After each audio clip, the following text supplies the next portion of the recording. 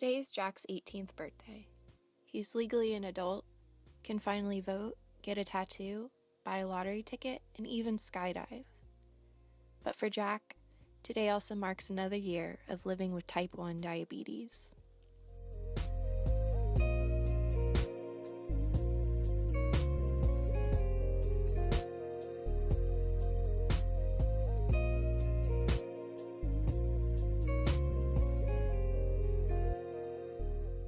In the beginning, when he was young, we would have to get up in the middle of the night and test him, and we worried nonstop because he wasn't too good about realizing the severity of it. But as he's gotten older, it actually has been really, it enables him to know. I mean, he had to count carbs since he was 6 years old, and that's kind of hard.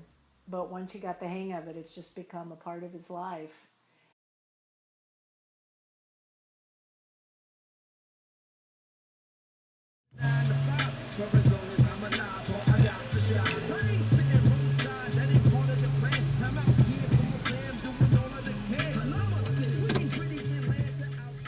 My name is Jack Rowan. Hobbies I do outside of school are surf, play soccer, look at cars, fish, and just hang with my friends. I was diagnosed with diabetes when I was 5. Type 1 diabetes is a disease where your pancreas does not work and produce insulin, so therefore you have to inject it yourself and regulate your blood sugar levels. In the early stages of his diagnosis, Jack showed symptoms of fatigue, having to use the restroom a lot, being thirsty, and a temper. I do shots because I have to regulate my blood sugar levels, and I have to correct them when they're high by taking insulin because my pancreas doesn't produce that insulin. I test and do shots about 10 to 12 times a day, more like whenever I eat or when I'm just feeling different. I use a syringe-like pen where you dial up a certain amount of insulin and then your dosage, and then you just inject it through a certain part on your body.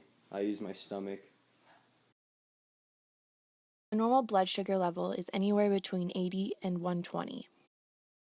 When my blood sugar is not right, I either feel, depending on if it's higher or lower than the wanted range, I just feel kind of off. Like for when it's lower, I feel kind of antsy, jittery, and kind of just like I stumble around. And then if it's higher, I kind of feel really thirsty and exhausted and kind of angry. People often get type 1 and type 2 diabetes mixed up, or they even think that they are the same. Type 1 diabetes is where your pancreas just somehow just kind of just shuts off and doesn't produce insulin anymore. So therefore you have to inject the insulin and monitor your blood sugars levels and just make sure to keep them in a certain range. And type 2 diabetes is where you have too many sugars or you gain too much weight or something, mainly because of eating too much sugar. Instead of having his pancreas make the insulin, he just injects it. So he's careful, and we stop worried, but it's amazing. You just learn to live with it. It's taught me how to actually be more in tune with my body and smarter what I eat.